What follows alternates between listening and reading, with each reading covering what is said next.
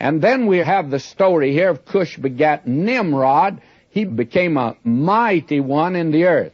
And mighty, actually, what this man wanted, he wanted to become, if you please, the ruler of a great world empire. That's exactly what the man was interested in. He wanted to become a great world ruler. And we find that he attempted to do it. We are told here he was a mighty hunter before the Lord. Wherefore it said, even as Nimrod, the mighty hunter before the Lord. And he's not a wild game hunter. Sometimes they give a boy a little air gun, he goes out and shoots a sparrow, and when he comes in, why, they say, my, look, he's a little Nimrod. He hit a sparrow. But actually, Nimrod wasn't shooting sparrows or hunting wild game in Africa. He was a hunter of men's souls.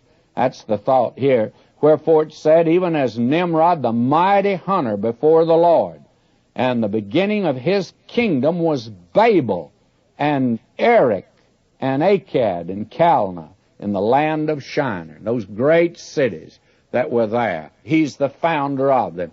Now, he has quite a story that you pick up in secular history. Hislop, in his book, The Two Babylons, gives the background, which I'm not going to enter into today at all, but it's a very fascinating story of how Nimrod actually is responsible, I think, for the Tower of Babel, for he attempted to bring together the human race after the flood in an effort to get them united in a race or in a nation where he could become a great world ruler.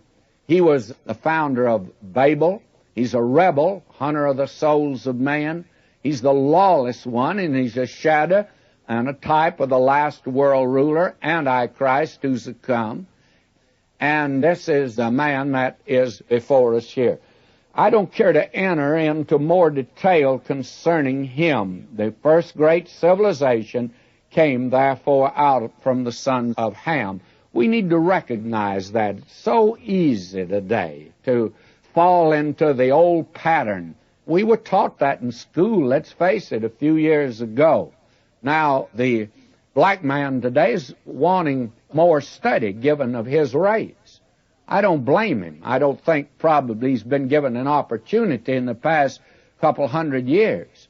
But if you want to know the story of the black man, the story of his beginning, he just happened to head up the two great civilizations, the first two that appeared on this earth. They were sons of Ham.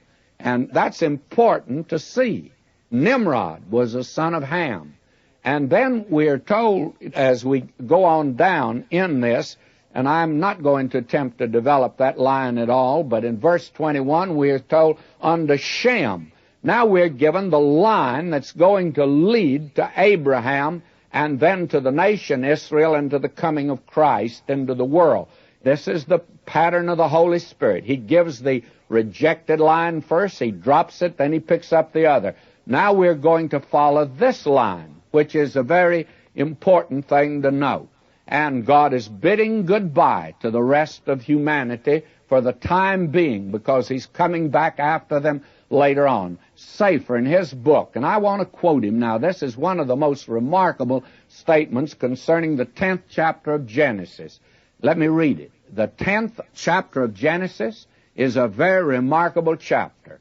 Before God leaves, as it were, the nations to themselves and begins to deal with Israel, his chosen people from Abraham downward, he takes a loving farewell of all the nations of the earth, as much as to say, I'm leaving you for a while, but I love you.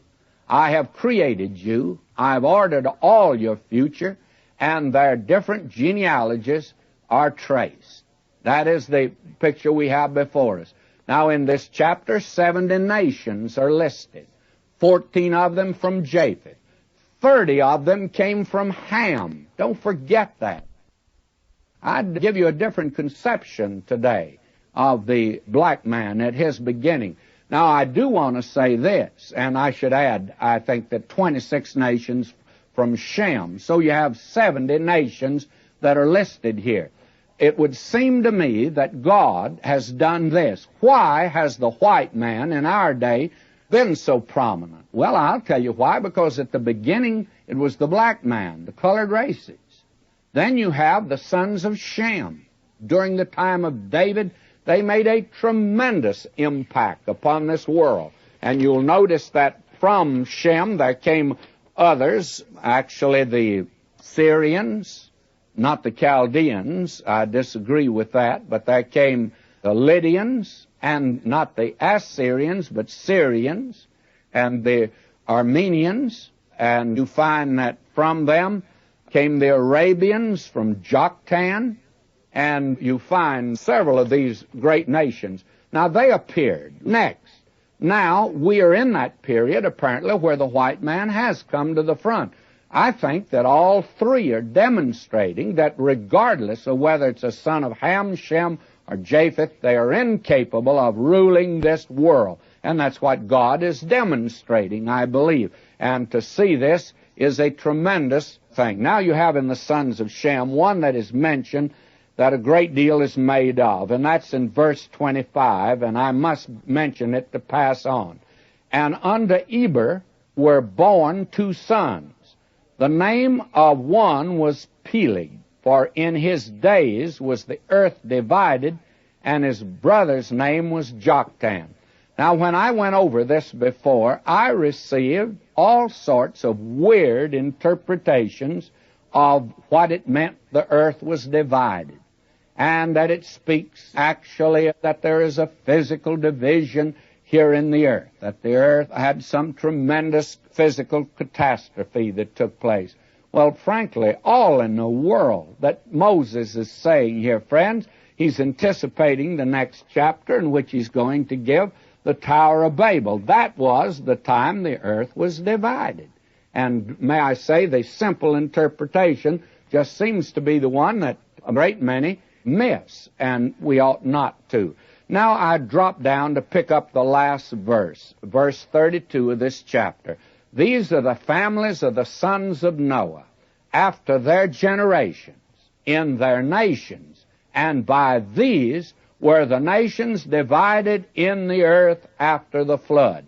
And I want to submit to you that this is one of the great chapters of the Bible, and yet we spent less time with it than any other. But you can see what a rich study this would make for anyone who really wanted to take not a biased, but a fair appraisal of the human family.